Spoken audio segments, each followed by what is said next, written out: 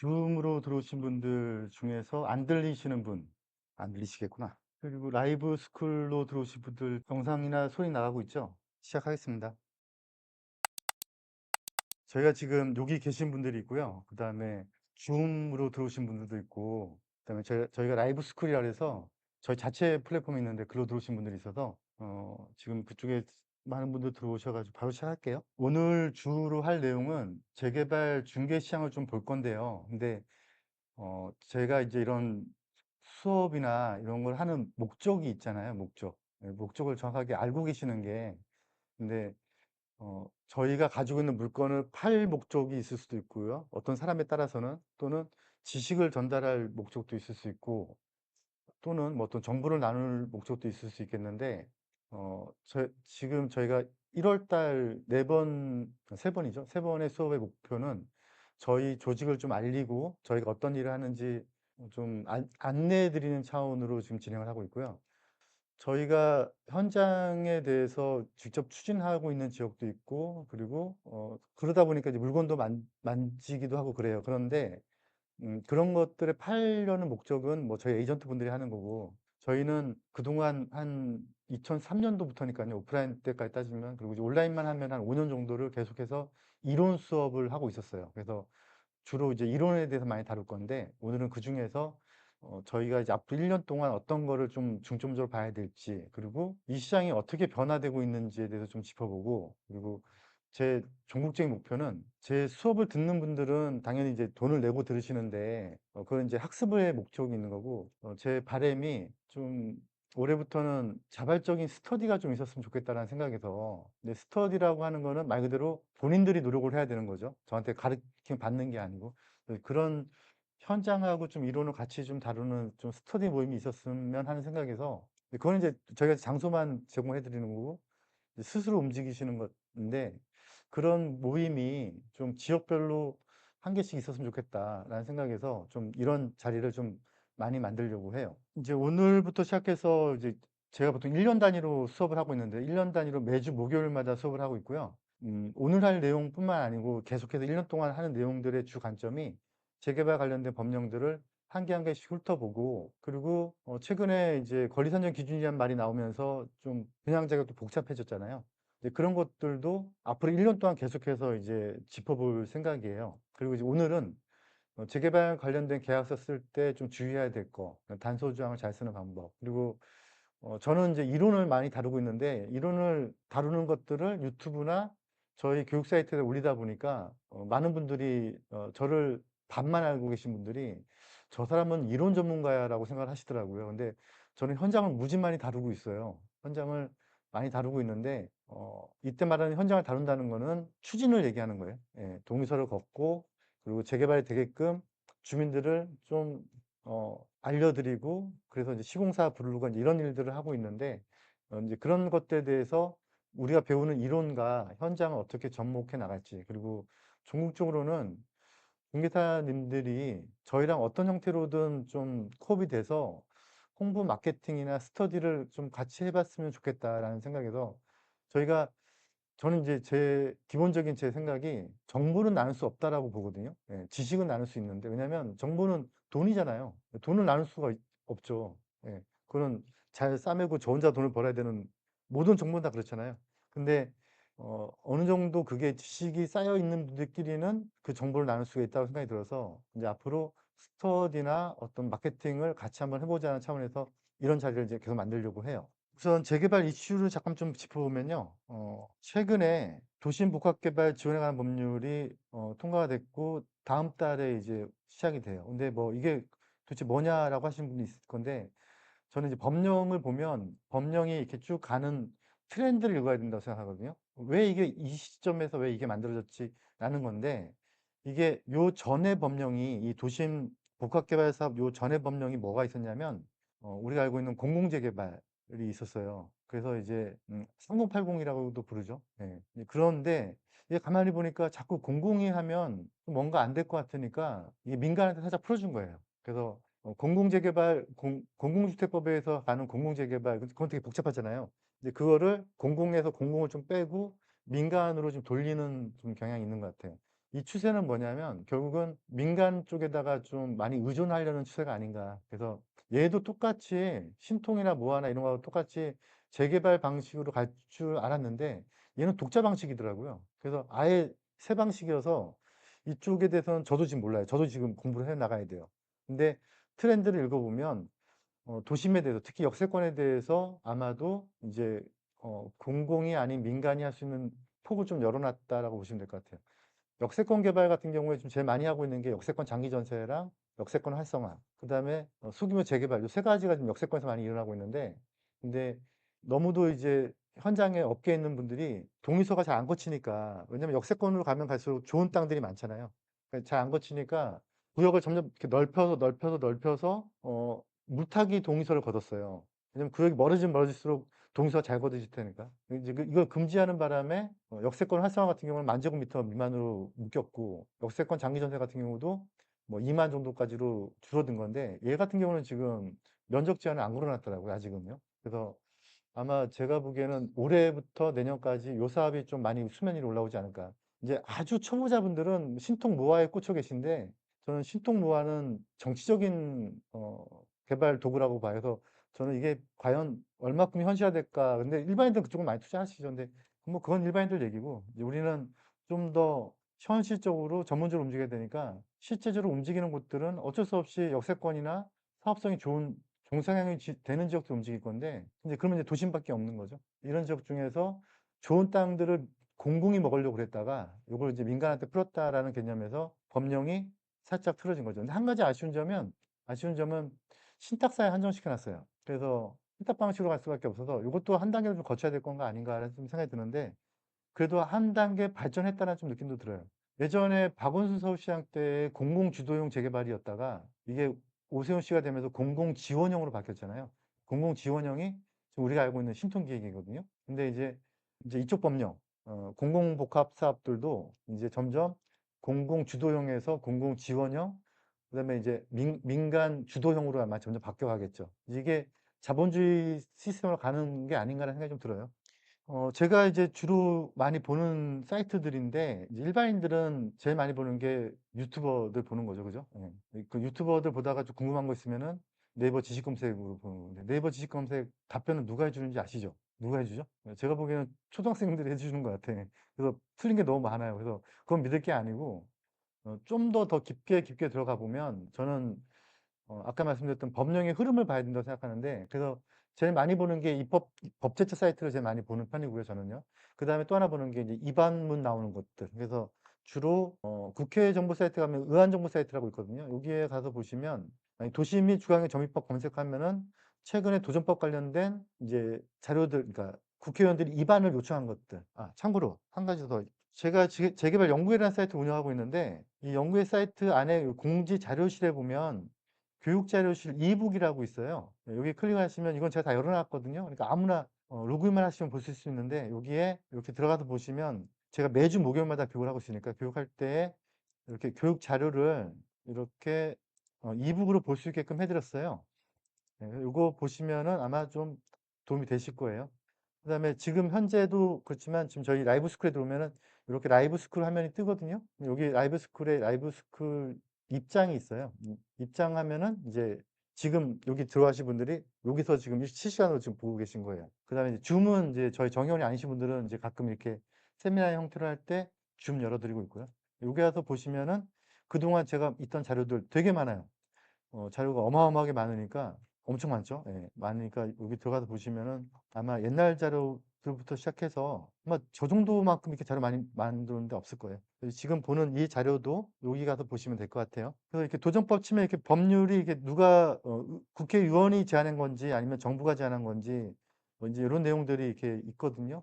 근데 이게 다 통과되지는 않아요. 저도 이렇게 다 보는 편은 아닌데, 도정법이나 빈집법, 빈집 및 소규모 정비사업법은 좀 보는 편이에요. 보면은 이제 앞에 이제 입법 취지라든가 이제 이런 게 있는데, 제가 지금 요즘에 관심 있는 지역이 역세권 재개발을 관심 있게 보는데, 그중에서 소규모 재개발이 종상향을 2단계까지 시켜주거든요. 근데 그 법령을 보면은 한 가지 아쉬운 점은, 재개발은 4분의 3 동률인데 75%. 근데 빈집이 소규모 정비사업법에서 얘기하는 소규모 정비사업은 80% 동률을 갖고 있거든요. 근데 지금 그게 국회에 계류가 돼 있어요. 그래서 여기 지금 80%에서 지금 75% 떨어지는 가로정비 사업하고 수분 재개발 사업도 모아타운 얘기를 하는 거예요 지금요. 이것도 75% 떨어지는 게 지금 돼 있는데 이게 언제 올라갔냐면 이게 2024년 8월 달에 작년 8월 달에 올라갔는데 원래대로 하면은 이게 2월 달, 3월 달에 공포가 됐었어야 되거든요. 근데 이제 문제는 이제 갑자기 계엄하고 뭐 탄핵 이것 때문에 지금 안 되고 있는 건데.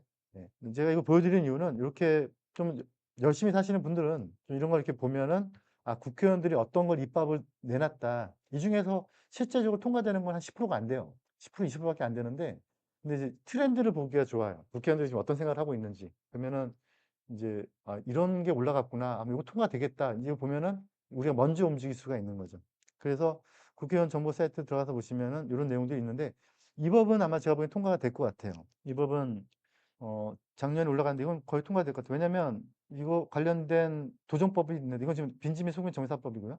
도정법. 이게 두 가지 법이 나눠져 있죠. 그죠? 도정법 같은 경우는 지금 이게 거의 통과가 됐거든요. 그래서 아마 같이 결을 맞춰서 통과되지 않을까. 그리고 법제처 사이트는 많이들 보시더라고요, 요즘은요. 제가 처음에 부동산업계 뛰어들었을 때까지만 해도 그때는 이제 한참 옛날 얘기죠. 제가 이제 96년도에 처음 시작을 했는데 그때만 해도 법령을 한문으로 보던 시절이 있었는데 한문으로 봐야지만 뭔가 이렇게 멋있었나 봐요, 그때는. 근데 지금은 이렇게 다 이렇게 법제처에 다 해 놓으니까 너무도 편하죠. 옛날에는 법을 볼 때 뭐 몇 시행령 몇 항 그러면 또 그것도 찾아보고 막 이랬어야 되는데 지금은 이렇게 클릭으로 다 되니까요. 근데 문제는 그래도 일반인들한테는 좀 어렵다는 게 문제긴 하지만 그래도 공부를 좀 하자는 차원에서는 좀 이걸 보는 게 중요하니까 좀 버릇을 들이셔야 돼요. 네이버 지식 검색 유튜브에서 떠드는 거 믿지 마시고 그거 다 영업 활동이니까 그런 거는 그냥 잊어버리시고 좀 더 깊이 있게 보려면 이제 이런 거 봐야 된다는 그런 얘기예요. 그다음에 또 하나가 이제 서울특별시 의회 사이트가 있는데 요것도 보면은 여기에 의안 정보들이 계속해서 의회에서 올리는 의정 활동들이 올라오거든요. 이건 이제 조례 사항들. 근데 조례가 아주 현실적으로 움직이기 때문에 조례는 거의 통과될 확률이 높아요. 국회의원 사이트에서 국회의원들이 막 너도 나도 막 올렸던 것들은 진짜 국회 통과되는 게 다 빈도가 낮은데 서울시 의회 사이트, 각 지자체 사이트에 들어가서 조례 입법된 것들을 보면 제가 보기엔 거의 통과되더라고요. 그러니까 통과 안 됐고 올리지는 않더라고요. 그래서 보시면은 아마 또 이것도 도움이 좀 많이 되실 거예요. 제가 이제 매주 작년까지만 해도 그냥 계속 본수업만 계속했었는데 올해부터는 제가 이제 뉴스도 좀 짚어드리려고 해요. 아까 말씀드렸던 도심복합 사업 이게 도심 노후지를 공공에서 했던 것들을 이제 민간으로 확대한다는 내용이고요. 용적률을 상당히 많이 확대시킬 것 같아요. 제가 지금 요거를 그대로 지금 라이브 스쿨하고 그다음에 줌 송출하고 있고요. 이걸 그대로 녹화했다가 저희 라이브 스쿨에 또 다시 저희 정회원들한테 보여드리고 있는데 이제 이렇게 얘기로 하는 건 괜찮은데 녹화되는 건 좀 예민하잖아요. 이게 좀 나중에 또 어떤 증거 자료로 쓸 수도 있고 제가 책을 쓸 때나 이제 이럴 때 되게 조심스러운 게 뭐냐면 뭔가 기록에 남는 건 되게 조심스럽잖아요. 신탁사가 조정법을 많이 먹게끔 구조를 만들고 있어요, 지금. 그래서 작년에 통과된 법이 어떤 법이 있냐면, 이 법 통과되기 전에 어떤 법이 있냐면, 신탁사가 시행을 하면, 그러니까 주민들이 조합 방식을 하거나 토지등 소유자 방식이나 아니면은 그런 방식이 아니고, 신탁사한테 시행권을 넘기면, 신탁사가 그 지역을 추진한다 이러면은, 단계를 생략하는 특별법이 작년에 만들어졌거든요. 근데 그게 얼마큼 심하게 만들어졌냐면, 우리가 보통 개발 계획을 만든다고 하면 기본 계획 수립하고 기본 계획을 주민이 제안하고 구역 지정하고 뭐 조합 설립인가 추진위원회 조합 설립인가 뭐 사업시행인가 쭉 받잖아요. 근데 그 사업시행인가 받으면 그 다음에 조합원들한테 몇 평형 받을래라고 하는 분양 신청을 받거든요. 그래서 기본 계획 때부터 보통 분양 신청 때까지 길게 한 15년 걸린다고 봐야 돼요. 예, 그런데 작년에 어떤 법이 통과됐냐면 신탁사가 시행을 하면 앞 단계 다 생략, 예, 기본계획 생략, 구역 지정 생략, 다 생략. 그냥 조합원 분양 신청부터 예, 그런 법이 통과가 됐어요. 근데 좀 예민한 얘기지만 근데 하여간 지금 신탁사가 들어오는 게 지금 이쪽 추세가 공공이 들어오는 게 1순위. 공공이 하다가 지지부진하면 신탁사 넣는 게 2순위. 신탁사 넣었다 안 되면 이제 민간으로 가는 게 이제 3순위인데 지금 도심복합은 민간으로 확대되긴 했지만 신탁사로 한정 지어 놓은 게 좀 아쉽긴 해요.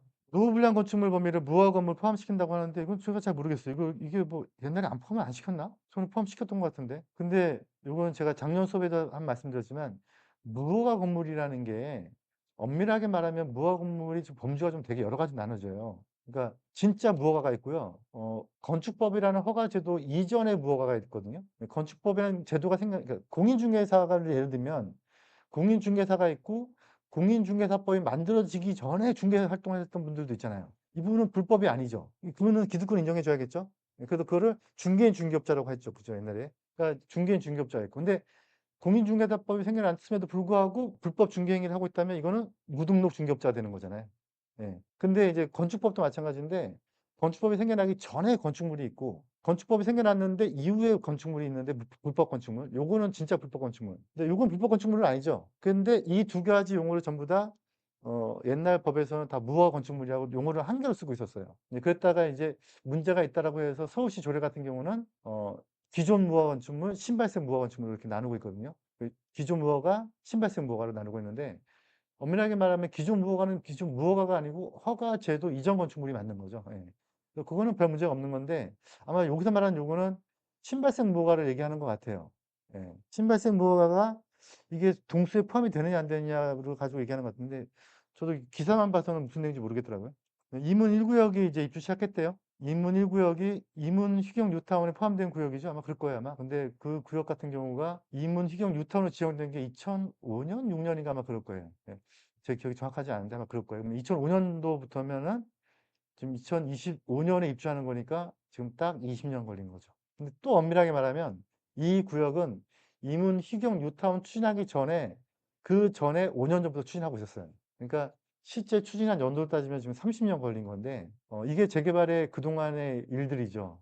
근데 그 실제적으로 최근 한 10년은 재개발로 신규로 뭔가 일어나질 않았어요. 그러니까 이제 우리처럼 재개발로 돈 벌고 있는 사람들은 막말로 힘들었던 타이밍이 됐던 거죠. 근데 이제 아마 이거를 점점 줄여주지 않을까 해도 신통 노화 뭐 이런 게 자꾸 단계 줄여주는 거니까. 근데 이제 이런 일들 벌어지지 말아야겠죠. 이제 앞으로는 더 빨리빨리 가야겠죠. 예, 저희 소식 좀 알려드릴게요. 제가 아까 말씀드렸던 제가 작년에 이렇게 매주 목요일마다 수업을 한 게 한 70강 정도가 여기 있어요. 그래서 작년에는 제가 이제 연간 정회원분들한테 수업료를 받고 했고요. 이거는 이제 이론은 다 그대로인데 진한 강좌죠. 그래서 제가 지금 할인해서 지금 하고 있는데 한 70강좌니까 시간으로 따지면 한 7, 80시간 정도가 아마 있을 거예요. 보통 한 번에 1시간 정도씩 수업을 했으니까.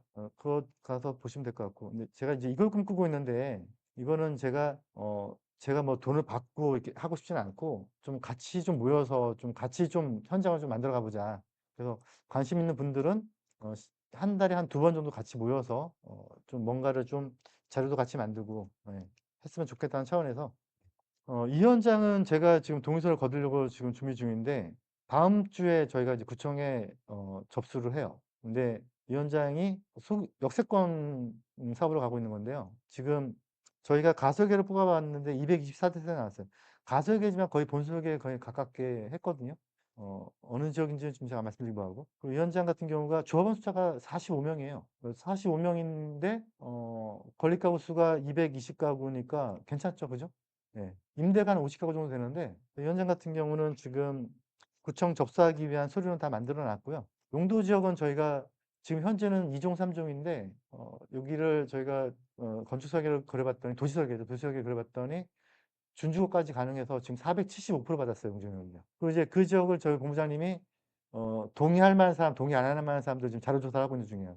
그래서 이제 이 물건은 동의하겠다, 동의 안 하겠다. 뭐 이제 이거를 하고 있는 중인데 뭐 보통 유튜브에서 이제 빌라 파시는 분들은 이제 그냥 뭐 이 지역은 개발됩니다. 뭐 이렇게 파는 건데 저희는 이제 그러고 싶지는 않고 정말 꼼꼼하게 조사를 해서 이 사람이 대출이 얼마인지 또는 월세가 얼마 나오는지 이런 것들을 다 조사를 해서 저희가 45개 중에서 17개가 저희 우군이거든요. 예. 보통 제가 어떤 한 지역을 추진할 때 기본적으로 한 10% 정도는 저희 우군을 먼저 담아놓고 시작을 해요. 담아놓는다는 뜻은 사놓고 시작한다는 거죠. 예. 그래서 저희가 17개 정도가 지금 저희 우군인데 나머지 중에서 지금 현재는 80%. 그런데 법이 통과되면 75%를 거두면은 이제 저희가 이제 조합설인가까지 갈 수 있는 거죠. 이제 이런 현장들을 좀 이런 현장들이 서울 시내 몇 군데 있을까요? 모르겠어요, 저도. 저도 조사 안 해봤는데. 근데 제가 얼핏 생각해 보는데 한 1000군데는 있을 것 같아요. 예, 그러면 이런 현장을 발굴해서 그 현장을 그냥 우리끼리 한 얘기로 아도를 치려면 조합원 동의서 우리가 다 걷어버리고 그중에 일부 물건들 우리가 다 매입해버리고 그다음에 거기에 중개사도 우리가 다 해버리면 아도를 치는 거잖아요. 그럼 1000군데를 아도를 치기 위해서 분석을 한다? 그러면은 매일 한 군데씩 분석하면 3년 걸려요. 예, 이게 불가능한 숫자죠. 그래서 이거를 해결할 수 있는 방법이 뭐죠? 헤더를 더 늘리면 되는 거잖아요. 예. 그게 제 교육의 목표인데 근데 전국적으로 그게 목표였지만 생각보다 쉽지 않더라고요. 제 수업을 작년에 한 120분 정도 들으셨는데 실제적으로 수업을 다 듣고 "나 다 이해했어." 하시는 분들이 별로 없으신 것 같아요. 예. 근데 그게 제가 잘 못 가르쳐서 그런 것도 있을 수 있고 아니면 이 분야가 너무 어려워서 그럴 수도 있고요. 그래서 앞으로 이런 지역을 좀 많이 찾아내서 '이런 지역이 괜찮다. 근데 진짜 이 지역에 물건을 딱 사면 정말로 이거는' 설계를 그려 봤더니 비례율이 한 150% 나오고 이렇게 해 봤더니 '이 물건이 지금 한 5 억인데 한 9 억까지는 금방 가겠다.'라는 생각이 들면 그럼 유튜브 찍어야 돼요, 안 찍어야 돼요? 저는 이게 찍는 게 말이 안 된다고 본다는 거죠. 이거 왜 유튜브 찍어서 왜 팔아요, 이거를. 제가 사야지. 예. 그냥 제 우군이 먼저 사야지. 그래서 저는 유튜브에 찍는다는 게 말이 안 된다고 생각하는데 유튜브에 많이 찍으시더라고. 예. 근데 그게 진짜 추진의 의지가 있어지는지는 잘 모르겠어요. 근데 저희는 보통 어떤 한 현장을 들어갈 때 먼저 우리끼리 들어가는 건데 근데 이 빈도를 높이려면 더 많은 현장들이 와야 되는데 이거는 인해 전술로 갈 수밖에 없겠다. 근데 인해 전술도 그냥 인해 전술이 아니고 적어도 뭘 할 줄 아는 사람들끼리 모여야 되는데 제가 여지껏 사람들 만나 보면은 딱 두 부류예요. 정말로 배우고 싶다 한 부류. 이게 한 10%. 나머지 분들은 당신이 무슨 말인지 알겠는데 다 알겠으니까 됐고 좋은 물건이나 내놔. 예 이런 분들이 한 90% 인데 뭐 그거를 그게 맞는 건지 잘 모르겠어요. 예. 그냥 인제 우리가 어떻게 이제 이 시장을 갈아먹을 건지 아두르칠 건지에 대해서 좀 공부를 어떻게 해 나가야 될 건지 방법론적이라는 얘기를 한번 해 보자고요. 우선 저는 거의 확신하는데요. 주택 문제가 어떤 문제로 보여지냐면 전 주택수의 문제가 아니라고 봐요. 그 공급량의 문제가 아니고요. 전 노후도의 문제라고 보고 있거든요. 그래서 아마 이 노후도의 스트레스는 엄청나게 쌓여 있고 이 쌓여 있는 스트레스를 과거 한 15년 정도가 또다시 묶어놔 버렸었어요. 문재인 정권하고 그다음에 박원순 서울시장 때. 그래서 완전히 개발된 데가 없어요. 그래서 지금 이게 너무 스트레스가 많이 쌓여 있어 가지고 요게 터질 타이밍이 됐다. 그래서 아마 이 부분을 잘만 하면 인제 재개발 쪽 또는 재건축도 마찬가지고요.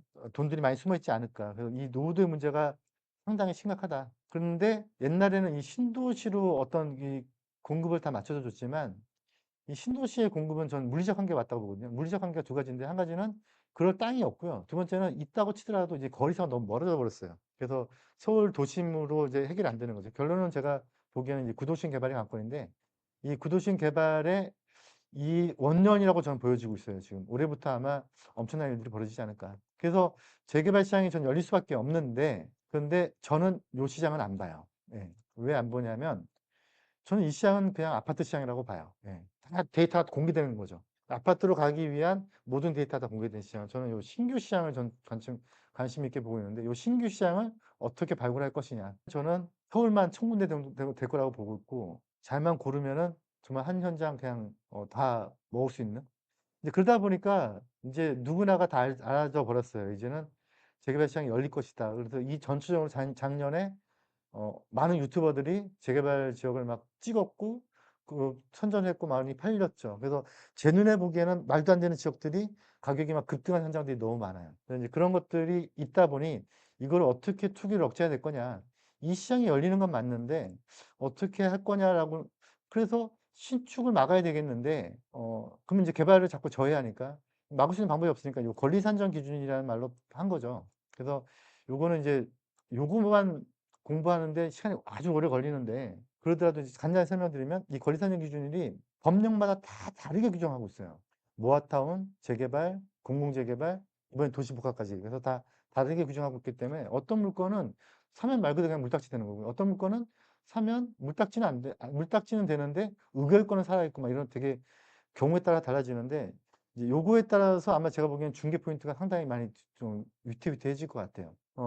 제가 1 년에 한 적게는 10번 많게는 한 20번 정도를 상담을 오시는 분들이 있어요. 무슨 분들이냐면 어떻게 건너 이렇게 소개를 받아서 저한테 상담 받으러 오시는데 저는 상담료를 꼭 받거든요. 근데 상담료를 받을 수밖에 없는데 상담의 내용이 뭐냐면 물딱지예요. 물딱지를 산 거죠. 샀는데 제가 상담을 해 드려 보면 상담의 내용이 결론이 뭐냐면 "물딱지다."라는 걸 확인해 드리는 상담이에요. 예. 해결책이 없어요. 그래서 제가 "이걸 사기 전에 상담을 하시는 게 맞지 왜 사고 나서 상담을 하시느냐." 상담료는 내야 되는데 저는 해결책이 없고. 예.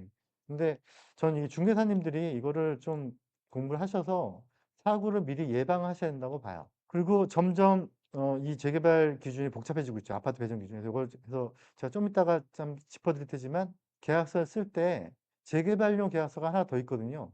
요거를 하나 써서 같이 좀 보관해 주시는 게 좋겠죠. 그다음에 이제 이건 제 바람인데 저희랑 같이 좀 유튜브도 같이 찍고 지역 분석도 같이 하고 하는 게 아까 말씀드렸던 좀 스터디를 좀 해봤으면 좋겠다. 혹시라도 관심 있는 분들은 아까 저희 사이트에 제가 집단 지성이라는 말로 지금 올려놨거든요. 거기에 참여 신청을 해주시면 그러면 취지는 아까 말씀드린 그거예요. 같이 공부를 해서 같이 현장을 발굴해서 그 현장을 같이 추진하자 뭐 이런 거예요. 여기가 음마아파트를 비롯해서 지금 압구정 현대부터 시작해가지고 지금 2000년도부터 2009년도까지를 어떤 박사님이 자료 조사를 했던 건데 음마아파트가 2000년도에 2억이었어요. 근데 지금 2009년도에 10억. 지금 얼마죠? 지금 한 20억에서 30억 하죠, 그죠? 네. 여기서 또 뛰었죠, 또 뛰었어요. 근데 이게 어디는 지금 개발된 데도 있고 안 된 데도 있지만 이게 그냥 단지 개발될 가능성의 가격이 뛴 거거든요. 네. 근데 저는 이거를 인플레라고 보기도 하는데, 근데 인플레 플러스 개발 가능성. 그러니까 인플레는 어쩔 수 없는 거고, 거기다가 개발 가능성이라고 하는 또 다른 이슈만 던져주면은 가격이 올라갈 수 있는 거죠. 그래서 인플레는 인플레대로 가는 건데, 그거는 뭐 제 영역이 아니니까. 그거는 그냥 시세 차익을 노리는 거고, 그건 뭐 다들 남들보다 좀만 열심히 살면은 그냥 그거는 얻어먹을 수 있는. 근데 거기다가 양념 하나 더 보탠다고 하면은 이런 게 진짜 개발이 될 거다라는 또 한 가지의 이슈만 던져주면 되는 거죠. 그 이슈를 단순하게 중계만 할 것이냐 그게 아니고 그런 현장을 찾아서 미리 들어가자는 거예요. 음마아파트 아까 제가 보여드린 게 2000년 여기잖아요. 여기서부터 이렇게 가격이 오른 거잖아요. 네. 근데 저는 모르겠지만 저보다 더 선배님들은 그런 현상들이 과거에 몇 번 있었다고 하더라고요. 음마아파트가 앞부분에 보여드렸던 여기 2000년도부터 여기까지 지금 5배 올랐잖아요. 이렇게 5배. 그죠? 나머지는 다 비슷해요. 5배 올랐는데 요때 2000년, 2005년, 2007년 요때를 한번 보자고요. 요때를 보면 요때가 지금 보면은 재가 변동률이 한 8%, 3%대 요때예요. 요게 지금 고 노무현 대통령 때거든요. 이때 서울을 보면은 한 15% 정도 좀 되는 건데 15%, 5%요 정도 되는 건데 요게 결과적으로는 10년 동안에 5배를 뛰어버린 거죠. 근데 저는 경험해보지 못했지만은 78년도를 보면 48%예요. 88년도를 보면 27%고 이때랑 비교가 안 되는 거죠. 예. 그러니까 이제 이런 일들이 저는 앞으로 한 번 더 있을 거라는 생각이 좀 들어요. 이유가 뭐냐면 간단해요. 너무 공급을 안 했어요. 그래서 이런 현상들이 좀 벌어지지 않을까. 근데 이런 현상들이 지금 외국에서 벌어졌죠. 그래서 외국에서 벌어진 내용을 보면 OECD 통계를 이거를 국토연구원에서 발표한 자료인데요. 이거 어느 정권에서 발표했냐면 문재인 정권 때 발표한 자료예요. 네, 문재인 정권 때 국토연구원에서 발표한 자료인데 그냥 뭐 이런 취지였던 것 같아요.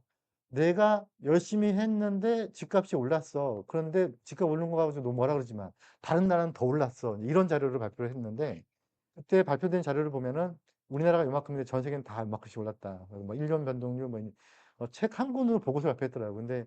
근데 이거 가지고 문재인 정권이 욕을 많이 먹었죠. 예. 그러니까 네가 잘했다는 거냐 뭐 이런 건데 근데 저는 잘했다고 봐요. 가격을 다른 나라 막 이만큼 오를 때면 이만큼밖에 안 올랐으니까 이만큼밖에 안 올랐으니까. 근데 이거 발표하면서 욕을 많이 먹었었어요. 근데 이게 사실이긴 해요. 예, 그래서 저는 어쩔 수 없이 눌러놓은 게 한 번은 움직일 거라고 보는데 그래서 아마 재개발 공부를 잘 해두면 앞으로 한 5년 정도는 아마 엄청난 먹거리가 숨어 있지 않을까. 예, 중개든 투자든. 이게 서울시가 2010년도에 시정개발연구원에서 발표한 자료인데요. 노후도가 계속 증가되고 있어요. 네. 이게 지금 이 문제를 어떻게 풀 거냐는 거죠. 근데 안전진단 통과 이러면 가격이 오르잖아요. 뭐 제 딸내미가 초등학교 때 아빠 안전진단 통과되는 게 좋은 거야 나쁜 거야? 좋은 거야. 안전하다는 얘기야? 안전하지 않다는 얘기야? 안전하지 않다는 얘기야. 그랬더니 안전하지 않은데 왜 좋은 거야? 그래서 이게 역설적이게도 안전하지 않은 게 좋은 게 된 거잖아요. 그러니까 이제 결국 이 노후도가 계속해서 올라가는 게 이게 지금 적체가 너무 심하게 돼 있다는 거예요. 이거를 공공에서 하자니 공공은 역량이 없고 민간에게 하자니 민간 돈 벌어먹는 거는 좀 배가 아프고 뭐 이런 현상들이 계속 벌어지고 있는 건데 오세훈 씨는 그 얘기했죠. 민간한테 돌려야 된다. 예. 그런데 이거를 공공이 할 거냐 민간이 할 거냐라고 하면서 옛날 도정법부터 시작해서 지금까지 이런 많은 법령이 있어 왔고요. 이걸 지금 저희가 다 공부하는 게 우리 목표인 거죠. 예. 참고로요. 지금 이쪽 분야에 있는 사람 중에서 이거 다 공부하신 분들 저는 없다고 봐요. 예. 제가 농담 아니고 이쪽 관련된 분들 중에서 공무원 생활을 했거나 아니면 법제처의 도시개발령 법령을 읽거나 이런 분들을 제외하고 일반 투자 영역이나 아니면 개발 영역에 계신 분 중에서 이거를 다 저하고 배틀 붙었을 때 저는 이길 자신이 있어요. 예.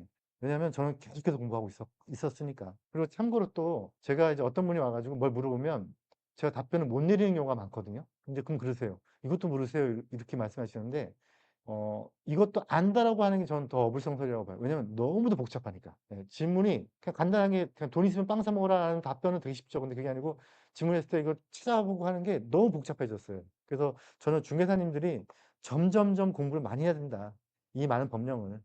옛날에 이게 뉴타운이 됐어요, 뉴타운. 뉴타운이 되면 뉴타운이 돼서 이게 아파트 한 단지가 2,000 세대가 들어섰어. 그러면 여기다가 이제 취직키 만들잖아요.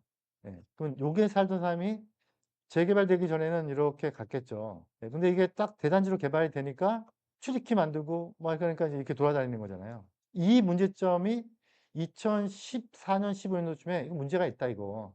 개발을 하는 것까지도 좋고 노후도를 새로운 신축으로 바꿔주는 것까지는 좋은데 이렇게 되면 '대한민국 안에 자꾸 소공화국이 만들어진다.' 예. 이렇게 하니까 '아 이거 문제가 있다.'라고 해서 생겨난 게 뭐냐면 2014 년도에 가로주택 정비 사업이라는 게 만들어졌어요. 그랬다가 이게 별도의 법령으로 나오면서 소규모 정비 사업법이 됐고 지금 그게 우리가 알고 있는 소규모 재개발, 소규모 재건축, 가로주택 정비 사업, 빈집 정비 사업, 자유주택 정비 사업인데 그렇게 해 갔더니 이제 '아 가로주택 정비 사업은 요렇게 블록 단위로 개발해라.' 봤더니 이제 모양새가 별로 안 좋네. 그러니까 '아 그러면 좀 모아서 하자.' 이게 모아타운이 된 거죠. 그러면 모아서 하자라고 되면 결국은 얘잖아요. 예. 그래서 저는 모아타운은 안 될 거라고 봐요. 예. 모아타운은 저는 재개발로 될 거라고 봐요. 이유는 간단해요. 이게 자꾸 여러 생각이 겹치다 보니까 이게 좋은 것 같은데 이렇게 가다 보니까 결국은 다시 원점으로 돌아온 거예요. 그래서 모아타운은 저는 지금 모아타운 중에서 우리가 실질적으로 볼 수 있는 건 몇 군데 안 되고 대부분 다 지지부진하게 있다가 종국적으로는 뭉뚱그리고 재개발로 가지 않을까. 예. 모아타운은 좀 잘 신중하게 하셔야 돼요 그래서. 지금 법령이 뭐 이렇게 많은 도정법 관련된 법령 중에서 큰 틀에 이제 주택법을 관장하고 있는 주택법, 지역조합이라든가 직장조합 리모델링하고 있는 주택법, 그다음에 재개발이나 재건축이나 이런 것들을 관장하고 있는 도정법, 도시 및 주거환경 정비법, 그다음에 모아타운을 관장하고 있는 빈지 및 소규모 정비사업법 이렇게 큰 틀이고요. 큰 틀 중에서 또 요게 지금 재작년에 이런 말들이 다 없어지고 재개발과 재건축이라는 말로 바뀌었어요, 지금은. 그래서 지금 현재는 도정법의 사업은 딱 두 가지밖에 없어요. 재개발 사업, 재건축 사업. 근데 옛날에는 재건축 사업이 두 가지가 있었거든요. 단독주택 재건축, 공동주택 재건축. 근데 바뀌면서 재개발, 재건축 둘로 통합이 돼 버렸고요. 재개발은 다시 서울시 조례에서 주택정비용과 도시정비용으로 나눠져요. 재건축은 단독주택 재건축은 아예 없애 버렸고요. 재건축이란 말로 통일시켜 버렸는데 재건축이란 용어 안에 그 용어 안에 공동주택을 허물고 다시 짓는 거라고 정의를 내려 버렸어요. 그래서 공동주택 재건축밖에 안 남았어요 이제는. 그리고 거래하실 때 제일 중요한 게 뭐냐면 분양 자격이 다 달라요 규정이. 예 주택정 비용 다르고 도시정 비용 다르고 재건축이 달라요. 기준 날짜도 다르고 그다음에 또 그게 공공시행이냐 공공지원. 공공지원은 신통을 말하는 거예요. 이거에 따라 또 달라요. 그다음에 또 저한테 제가 제일 관심 있게 보는 거죠. 도시정 비용은 옛날로 따지면 도시형 정비 사업을 얘기하는데 이 사업 같은 경우는 또 역세권 장기 전세, 역세권 청년주택, 역세권 활성화로 나눠지는데 역세권 청년주택 같은 경우는 그냥 민간 시행사가 하는 거고 이제 우리가 조합 방식으로 하는 그러니까 조합원들이 모여서 동의서를 걷어서 하는 방식은 이제 역세권 장기주택하고 활성화인데요. 근데 요 두 가지 사업은 저는 아주 재밌게 보고 있는 사업이에요. 근데 요거는 서울시 운영 기준이라는 게 별도로 있어요. 그래서 서울시 역세권 장기 전세 운영 기준이 있고요. 그다음에 역세권 활성화 운영 기준이 있어요. 역세권 활성화 운영 기준은 한 달 전에 또 개정이 됐어요. 제가 아직 바빠 가지고 못 읽어 봤는데 되게 자주 개정이 돼요. 그래서 좀 '내가 이 지역이 역세권 활성화되는 지역이야?'라고 봤는데 개정이 돼 버렸는데 개정됐는데도 이 지역이 안 되는 지역이에요. 그럼 꽝 되는 거죠. 이제 그런 지역이 어디가 있었냐면 용두동이 있었거든요. 용두동이 역세권 장기 전세로 계속 동의서를 얻고 용적률을 뭐 700% 올리네 1000% 올리네 막 그런 얘기가 있었는데 거기가 지분 쪼개기가 막 일어난 거예요. 근데 지분 쪼개기가 엄청나게 일어났음에도 불구하고 노후도가 안 깨져. 워낙에 너무 넓은 지역이 단독 지역 노후도가 되는 지역이니까 노후도가 안 깨지는 거예요. 근데 조합원 계속 늘어나는 거죠. 그래서 재작년 6월 30일 날 역세권 장기 전세 운영 기준을 어떻게 바꿨냐면 전체 노후도 1 그다음에 블록별 노드를 또 둔 거예요. 그러니까 블록별로 노드가 깨지면 걔를 빼야 되는 거야. 그러면 전체가 노드가 돼도 여기 가운데 블록이 노드가 안 되면 걔를 뺄 수는 없잖아요. 그럼 이게 까져 버린 거죠. 그래서 그 현장이 역세권 장기전을 추진하다가 깨져 버렸어요. 그래서 지금은 신통, 그다음에 역세권 활성화, 그다음에 역세권 장기전 세 개를 지금 각각 추진하고 있는데, 그래서 잘 보셔야 된다. 그런데 이때 잘 보셔야 될 때 우리가 예측할 수가 없잖아요. 근데 다행히도 역세권 활성화는 조금 지금 분위기가 어떤 분위기냐면 완화되는 분위기예요, 지금. 그래서 제가 다 꼼꼼하게 읽어보진 않았지만 한 달 전에 바뀐 규정을 보면은 블록별 노드가 없어졌더라고요, 얘가. 있었다가. 제가 한 군데 추진한 적이 있는데 한 블럭이 10년 미만이 뭐 15%인가 그러는데 그게 깨졌어요. 예, 왜 깨졌냐면 저희가 신축하는 바람에 깨졌어요. 예, 깨졌는데 어 원래 저희가 신축할 때는 괜찮았어요. 근데 저 옆에다 누가 또 하나 신축을 한 거예요. 그래서 그 한 동 때문에 깨졌는데 다행히도 9년짜리가 한 동이 있더라고요. 그래서 그러면 9년이 또 내년이면 또 이제 10년이 되는 거잖아요. 그러면 그래서 그냥 지켜보고 있었는데 예, 역세권 활성화 운영 기준에서 삭제가 시켜버렸어요, 지금은. 그 역세권 활성화는 10년 미만 규정이 사라졌어요. 예. 근데 역세권 장기주택은 아직도 남아있어요. 그래서 이제 이런 것들을 다 하나하나 보고 이제 투자를 하셔야 되고 거래하셔야 된다. 제가 대구에 현장을 갔는데 대구 이제 제가 이제 온라인 교육을 하다 보니까 제가 지금 실시간 라이브로 수업을 들으시잖아요. 실시간 라이브로 수업을 들으시면은 보통 이제 제가 얼굴을 몰라요. 예, 지금 이렇게 라이브로 보고 계신 거죠. 지금도 들어와서 수업을 듣고 계신데, 근데 라이브로 보시는데, 대구 쪽에서 갑자기 한 3년 전에 온라인 결제가 막 일어난 거예요. 그래서 제가 딱 가서 봤더니, 한 5년 전에 갔을 때, 7년 전에 갔을 때 별로 개발 현장이 없는 시장인데, 3년, 4년 전에 갔는데, 동네마다 플랜카드가 잔뜩 걸려 있더라고요. 막 이런 식으로. 엄청 걸려 있더라고요.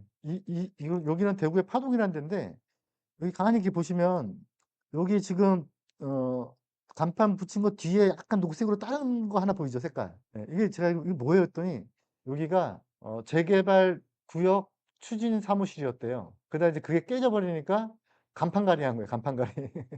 그래서 제가 이분들을 만나볼까 하다가 안 만나봤는데 제가 어떤 생각이 드냐면 이런 현장이 진짜 개발이 되는지 안 되는지는 제가 잘 모르겠어요. 예, 그런데 한 가지 확실한 거는 이렇게 프랜카드 걸리잖아요. 그럼 어떤 현상이 벌어져요? 가격이 올라요. 프랜카드 거는데 돈 얼마 안 들어요. 근데 가격이 올라. 그러니까 결국은 여기에 지금 미소마을 이렇게 걸렸잖아요. 여기 지금 미소마을 걸렸잖아요. 여기 그죠? 요거 추진하시는 분이 제가 이 수업을 드셨던 분인데 지금은 안 듣고 계세요. 근데 그분이 자기가 추진한 구역이 5구역인데 동서 걷고 있대요. 그래서 거기다 소개시켜 주시겠대. 그래서 제가 막 다녔어요. 같이 차를 타고. 봉고차 하나 빌려가지고 이제 한 17명이서 이제 현장을 막 돌아다녔는데 여기 미소마을이라고 걸려 있더라고요. 이렇게. 예, 근데 저기 같은 미소마을이 또 걸려 있는 거여서 미소마을이 대구에 미소마을이 2개인가 봐요. 제가 말씀드렸더니 이분이 하신 말씀이 아니 실수입니다. 프랜카드 잘못 걸었대요. 현장이 너무 많으니까 여기 걸 이쪽에다 걸어버린 거야. 그러니까 이제 이런 실수도 하시더라고요. 여기 미소마을이 아니에요. 그러니까 프랜카드만 걸면 가격이 오르는 현상들이 있어요. 그러면은 제일 좋은 방법은 어떤 한 현장을 딱 들어가서 그 현장의 물건을 아도쳐 한 다음에 뭐 하면 돼요? 예, 프랜카드 걸면 되죠. 예, 그러면 가격이 오르잖아요. 그럼 팔고 나면 돼요. 근데 저는 이게 별로 좋은 행동들은 아닌 것 같아요. 그래서 결국은 제가 보니까 이 개발이 되어야지 가격이 오르는데 일반인들은 이 현수막을 이 개발의 신호탄으로 믿고 계시더라고. 그러니까 이거를 악용하는 거예요. 예, 그래서 저는 이거 아니라고 봐요. 이 프랜카드가 현장에 걸린 게 프랜카드지만 저는 인터넷으로 걸려 있는 게 유튜브라고 보거든요. 다른 각도로 걸린 거죠, 프랜카드가. 유튜브에서 뭐 어떤 분이 딱 나가서 이 현장은 용적률 1000%가 되는 현장입니다. 제가 그 현장을 검토한 현장인데 용적률 450% 이상 못 받는 현장인데 과감하게 1000%될 거라고 하고 있더라고요. 그럼 맨 마지막에 투자 판단은 본인이 스스로 알아서 하시면서 뭐 저쪽으로 적어놨더라고요. 근데 그거를 저는 현수막의 다른 각도라고 봐요. 거기에 이제 속아서 사시는 거죠. 예. 그래서 현수막에 걸리면 가격이 오르는데 저는 이제 그런 거는 이 주식의 이게 작전주하고 별반 다르지 않을 거라고 보고요. 예, 그런 행동들 하면 안 되고. 그래서 저는 솔직히 이 시세 차익은 저는 운이라고 봐요. 저는 이쪽은 믿지 않아요. 예, 그래서 정말 제대로 된 중개를 하거나 제대로 된 투자를 하려면 전 데이터에 기반을 두고 해야 되고 그리고 그 데이터에 기반을 둬서 한 다음에 그럼에도 불구하고 잘못되는 건 어쩔 수 없고 그런데 잘 되는 거가 시세차익까지 오면 더 좋은 거고 그래서 제일 좋은 거는 저는 뭐라고 보냐면 이렇게까지 가는 이 추진을 우리가 하는 게 제일 좋다고 봐요. 근데 다행히도 주민 제한령이라는 게 생겼으니까 주민 제한이 되는 지역은 제한하면 되는 거고요. 그리고 저는 솔직히 소규모 정비 사업을 좀 좋아하는 편이거든요. 이유는 간단해요. 우리가 이 지역을 개발하겠습니다라고 서울시나 구청에 이렇게 올리면 서울시가 그래 그럼 거기 노후도 되니까 개발해라고 무조건 들어줘야 되느냐 아니면은 검토한 다음에 노후도는 되지만 우리는 여기다가 개발 아직 안 할 거야 라고 니색할 수 있는 거잖아요. 근데 이거를 주민이 제한의 권리가 있는 거냐 아니면은 요구를 할 수 있는 거냐에 따라 달라지는데 우리가 알고 있는 도정법상은 다 인가권자가 재량적 권한을 가지고 있어서 재량적 권한을 가지고 있다는 뜻은 뭐냐면 말 그대로 안 해, 그러면 안 된다는 거예요. 그런데 소규모 정비 사업은 이건 제한이 아니에요. 이거는 건축 행위처럼 그냥 지속적 행위여서 아까 제가 보여드렸죠. 어떤 모 현장 제가 지금 동의서 갖고 있다고 했잖아요. 동의서 거두려고 준비 중인데 225가구 정도 짓는데 조합원 숫자 45명이에요. 그럼 45명 동의서 거둬야 되는데 동의서를 거둔 다음에 구청에 가서 나 여기 개발할 겁니다라고 딱 넣었을 때 구청에서 야 내가 생각을 해봤는데 여기는 재량적으로 안 할 거야. 이게 안 돼요. 네, 그냥 무조건 해줄 수밖에 없는 거죠. 그런 현장들을 잘 찾아서 우리가 직접 들어가서 물건도 생산해내고 그리고 중개까지 하고 하자. 그래서 저는 결과적으로는 저희 물건을 사실 분들이 있다면 뭐 납배들겠지만 저는 굳이 막 교육생분들 모아서 또 유튜브 찍어서 팔고 싶은 생각이 없어요. 왜냐면 그냥 현장에 나가도 팔려요, 그거는. 그런데 뭘 하고 싶냐면 그런 분들하고 같이 공감대가 형성이 돼서 같이 그 개발 사업에 참여를 하자, 같이. 그중에 참여하면서 그중에 중개까지 일어나면 되고. 그래서 국가 등이 하는 개발 사업은 어쩔 수 없고요. 우리가 직접 할 수 있는 사업에 우리가 좀 같이 참여를 하자. 그리고 중개사님들이 좀 모르는 한 가지가 있는데 이 재개발 물건은 신통, 노화 전부 다 포함이 되는 물건들이에요. 이 재개발 물건은 해당 그 물건을 판매하는 사람이 그 누구보다도 잘 알겠죠. 그 물건의 속성에 대해서. 이 물건이 대략적으로 몇 평을 받을 수 있는지, 추가 부담 금액이 얼마인지, 뭐 본인들이 알 수도 있겠죠. 물론 정확한 건 아니겠지만, 제일 예민한 것 중에 하나가 뭐냐면요. 한 지역, 한 구역 안에 한 사람이 물건을 2개 이상 가지고 있잖아요. 그럼 어떤 기준 이후에 이 물건을 한 개를 팔면 다 묶여서 아파트 한 채밖에 안 가요. 그러면 물딱지가 될 수 있는 거죠. 그러면 그걸 누가 알 수 있느냐? 중개사님들이 몰라요. 누가 할 수 있냐면 매도자가 할 수 있죠. 매도자가. 그래서 도정법에는 이 토지 등 소유자가 매도자예요. 매도자가 그 물건을 매매, 전세, 임대차 할 때 이거를 반드시 설명하도록 하고 있어요. 이게 물딱지다 아니다. 그래서 제일 중요한 게 조합의 자격이 있냐 없냐. 그다음에 거리산정 기준이 며칠이냐 이거를 하도록 하고 있어요. 그리고 이거를 공인중개사법에서 다시 또 이용 제한상으로 보고 있어요. 그래서 공인중개사법으로 가면 어떻게 해놓고 있냐면 그래서 도정법에서는 이렇게 설명을 하도록 하고 있고 이걸 다시 공인중개사법으로 가면 공인중개사가 이거를 설명했는지를 확인하도록 하고 있어요. 그러니까 정리해보면 매도자가 설명하도록 하고 있고요. 매도자가 설명했을 때에 그거를 중개사가 확인을 해야 돼요. 확인한다는 뜻은 저 말로 하겠습니다가 안 되는 거죠. 뭐 녹취를 해도 되겠지만 제일 좋은 거는 서류로 받아놔야 되는 거겠죠. 그래서 이거를 하지 않는다면 어떻게 되느냐? 이걸 하지 않는다면 중개사는 과태료를 먹어요. 만만한 게 중개사인 거죠. 예. 매도자는 설명을 해줘야 돼요. 그러면 매도자 설명 안 해주면 안 해줘도 돼요. 네, 근데 안 해준 거를 확인을 안 해준 거는 과태료가 떨어져요. 예. 그러면 이 확인해 주는 양식이 있느냐? 양식이 없어요. 공인중개사법 시행령에 가도 없고, 그 다음에 도정법에 가도 없어요. 그래서 이걸 제가 만들었어요. 예, 제가 만들었는데, 그래서 정비사업구역 안에 매도자 확인 설명서라고 하는 이 양식을 제가 만들었고, 아까 그 자료실에 가보시면 이 자료가 있거든요. 제가 아래 한글로 오픈해 드렸으니까 아래 한글로 다운받으시면 수정도 하실 수 있어요. 수정하셔서 쓰셔도 돼요. 저는 뭐 자료나 지식은 전 다 공개를 하자는 게 제 원칙이라. 그런데 아까도 말씀드렸지만 저는 공개 안 하는 게 한 가지 있어요. 뭐죠? 전 정보는 안 나눠드려요. 예. 정보는 그냥 우리끼리 잘 먹고 잘 살자 이런 거고. 대신 이제 이런 것들은 제가 다 오픈해 드리고 있는 건데 다운받아서 보시면 요 양식들이 이렇게 쭉 있거든요. 요 양식을 다운받아서 체크를 잘 하셔서 거래를 하셔야 돼요.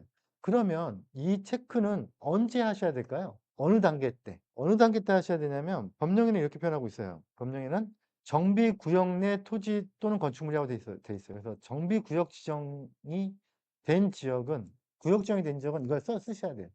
근데 이제 매도자가 의무가 없잖아요. 근데 매도자가 만약에 문딱지 팔 수 있잖아요. 그러면 이제 나중에 소송을 해야 되겠죠. 근데 이걸 받아 놓으면은 소송하기 편하겠죠. 소송의 근거 자료가 되겠죠. 근데 만약에 안 써줬다. 안 써주면은 그것도 중요한 자료가 돼요. 안 써준 행위 자체가. 뭔가 잘못됐으니까 고질 안 한 거니까. 요거 다운받아서 보시고요. 그리고 저희가 책을 한 권 냈는데 이 책은 제가 지금 여기 오신 분들은 나눠드렸죠. 근데 제가 책을 참 꼼꼼하게 잘 쓰고 싶지만 이제 제가 이제 좀 게으름병이 터져 가지고 책을 쓰려고 했는데 못 쓰겠더라고요. 그래서 저희 이거 본부장님이 쓰신 책이고 저희 같이 일하시는 본부장님이 쓰신 책이고 아주 꼼꼼하게 잘 쓰셨어요. 근데 많은 걸 담으려다 보니까 페이지는 한계가 있는데 너무 많은 내용을 담으려다 보니까 글자가 좀 작게 나가는 게 좀 흠이에요. 그래서 좀 돋보기 끼고 좀 보셔야 되는 이제 그런 상황이 됐는데 여기 안에 기사들이 많이 좀 첨부가 돼 있거든요. 근데 그 기사도 저희가 쓴 기사예요. 저희 언론사에다 제출한 기사가 언론사에 나갔고 그게 그대로 저희 챕터에 맞게 배치가 되어 있고요. 그다음에 여기에 저희가 운영 기준도 같이 담아 드렸어요. 제 뒷부분에 부록 부분에. 근데 그 운영 기준은 아까도 말씀드렸지만 지금 개정이 되어 있으니까 그 개정된 거는 서울시 사이트 역세권 활성화라고 치면 운영 기준 뜨거든요. 그거 다운받아서 보시면 될 것 같고요. 그리고 저희가 매년 이런 수업들을 하고 있어요. 기초 지식부터 시작해서 분야 대상 규정, 그리고 각종 법령, 그다음에 감정 평가의 방법, 그다음에 어떤 지역 분석할 때 어떻게 접근해야 되는지에 대해서 분석하기 위해서 분야 대상 규정, 조합은 되는지 안 되는지에 대한 규정들, 목차가 되게 많죠. 그리고 거기에 따라서 권리상정 기준이 그다음 비료율까지 미리 뽑아보는 방법. 제가 이 수업을 벌써 오프라인 수업까지 포함하면은 지금 2003년도부터 했으니까 벌써 20년째 하고 있거든요. 근데 2007년도쯤에 어떤 중개사님이 제 수업을 듣고 요 비율 부분 판단하는 거, 이게 결국 이 관리처분을 미리 짜보는 거거든요. 이거를 혼자서 하신 거예요. 근데 그분이 중개하시는 데가 어디냐면 성수 1구역인데 거기 조합원이시면서 거기서 중개업을 하고 계세요. 이분이 계산기 두들겨 놓고 조합원 한 명 한 명을 다 제가 알려드린 방법으로 공시지가 띄워보고 면적 따져보고 해서 다 한 거예요. 그러고 나서 2007년도 하고 나서 이제 2008년도쯤 됐을 때 이제 앞부분에 데이터가 있으니까 공시지가가 바뀌었잖아요. 또 한 거야. 2009년도에 또 한 거야. 그래서 이제 본인이 계속 몇 년 동안 하시면서 쭉 해보니까 이제 오류가 수정이 된 거죠. 그래가지고 이걸 이분이 혼자서 10년을 하신 거예요. 10년을 하셨는데 그 지역에 관리처분안이 나왔어요. 네, 조합에서. 관리처분안이 나왔는데 그 관리처분안에 나왔던 총 매출 규모와 조합원 분담 구조랑 이분이 10년 동안 계산한 요거랑 400억 차이 났어요. 이게 어느 정도의 느낌이냐면요. 내가 슈퍼마켓을 차리기 전에 물량을 어떤 걸 얼마치를 사놓고 막 이런 걸 계산을 미리 해봐야 될 거잖아요. 해봤더니 실제로 계산한 거랑 실제로 차렸을 때 새우깡 한 박스 차이 난 거예요. 예. 그 정도로 면밀하게 한 거죠. 그래서 조합에서 그걸 딱 보시더니 깜짝 놀라셨대요. 조합원 한 명 한 명의 감정평가 금액까지도 미리 다 계산해 놓은 거죠. 거의 오차 범위가 거의. 그러니까 조합에서 당신 누구냐? 예. 그랬더니 이분이 나 뭐 이렇게 공부를 했다 했더니 조합으로 오셔라. 그래서 이사가 되셨어요. 예. 조합에 이사가 되셨는데 이제 이런 것들을 어떻게 그러니까 관리 처분을 나왔다 이런 거는 게임 끝난 거고 아파트로 가는 거고요. 관리 처분이 나오기 전에 그 전에 구역 정도 되기 전에 재개발이란 말이 나오기도 전에 관리 처분을 우리가 먼저 한번 해보는 방법. 네. 이거를 제가 스터디에서 한번 해보고 싶어요. 네, 스터디에서. 이건 제가 뭐 돈 받고 가르쳐 드리는 게 아니고 각자 스터디에서 구역을 가지고 오면 같이 이걸 한번 만들어 보고 싶은 게 제 생각이에요. 그리고 이제 이런 수업을 제가 지금 계속해서 하고 있으니까 요 자료에 보면 제가 1년 동안에 해놓은 수업들이 목차로 있고요. 작년 수업은 작년 수업으로 좀 있으니까 보시면 아마 앞으로 공부를 어떻게 틀을 잡아서 해야 될지 어떤 틀로 공부를 하는 게 유익할지에 대해서 목차만 보더라도 좀 이건 어디에도 없는 목차예요. 법령의 목차도 아니고요. 제가 30년 이 업계에 있으면서 아, 이런 거를 공부해야 되는구나 라는 걸 제가 혼자 만들어낸 목차니까요. 목차 보시고 나중에 또 뭐 저희 정형이 되시거나 아니면 스터디에 참여하시면 이제 이런 것들을 같이 공부해 나가게 되실 것 같아요. 그리고 제가 중개 에이전시를 운영하고 있는데요. 이 에이전시는 뭐냐면 저희가 지금 정규 저희랑 같이 일하는 내부에 소속되어 있는 중개사를 뽑고 있기도 해요. 근데 이제 그와 별개로 각자가 중개업 활동을 하고 계신다라고 하면 저희랑 같이 에이전시 계약을 맺어서 저희가 같이 한 지역을 같이 좀 분석을 했다라는 물건이 생산이 되면 그 물건에 대해서 공유를 하고 그 물건을 같이 판매할 수 있는 그래서 지금 현재 저희가 컨트롤하는 물건이 한 3-4 군데 정도 있거든요. 근데 그런 물건들을 같이 공동 중개하는 그래서 혹시라도 저희랑 같이 물건에 대해서 함께 좀 판매를 해 보실 분들이 있으시다라고 하면 저희 에이전시에 합류하시면 남들보다 좀 그래도 나쁘지 않은 물건들을 거래하시게 될 거예요. 제가 최근에 한 현장 같은 경우는 인근 지역에 네이밍이 된 현장, 그러니까 메이드가 된 거죠. 뭐 신통이든 뭐 하든 이렇게 말이 붙은 현장이 한 9억 대가 거래가 되고 있는데 저희가 지금 아직 노출되지 않은 현장인데 저희는 한 6억 대 중반에 팔고 있거든요. 이제 그러면은 일반인들도 만약에 그 지역이 뭐가 이렇게 이슈가 되거나 네이밍이 된다면 무슨 구역 이렇게 된다면 가격이 올라갈 수 있는 현장들이니까 그런 현장들을 그거야말로 정보죠. 그런 현장들을 이제 같이 좀 거래를 같이 한번 해봅시다. 그래서 에이전시 시스템을 운영하고 있으니까요. 이거는 또 전제가 있어요. 같이 유튜브도 좀 찍으셔야 되고 물건 홍보 활동 같이 하셔야 돼요. 합류하실 분 있으면 저희 재개발 사이트에 오시면 거기에 또 합류할 수 있는 URL이 있으니까요. 접수해 주시면 될 것 같아요. 오늘 이만 마치고요. 지금 이 영상은 좀 다듬어서 1시간 정도 찍었는데 좀 다듬어서 다시 올려드릴 테니까 저희 라이브 스쿨에 오신 분들은 다시 수업을 들으시면 될 것 같아요. 네, 이만 마치도록 하겠습니다. 수고하셨습니다. 혹시 여기 오신 분들 중에서는 뭐 개별적으로 뭐 궁금하거나 오프 더 레코드로 이건 녹화를 안 할 거니까요. 하신 분들 있으면은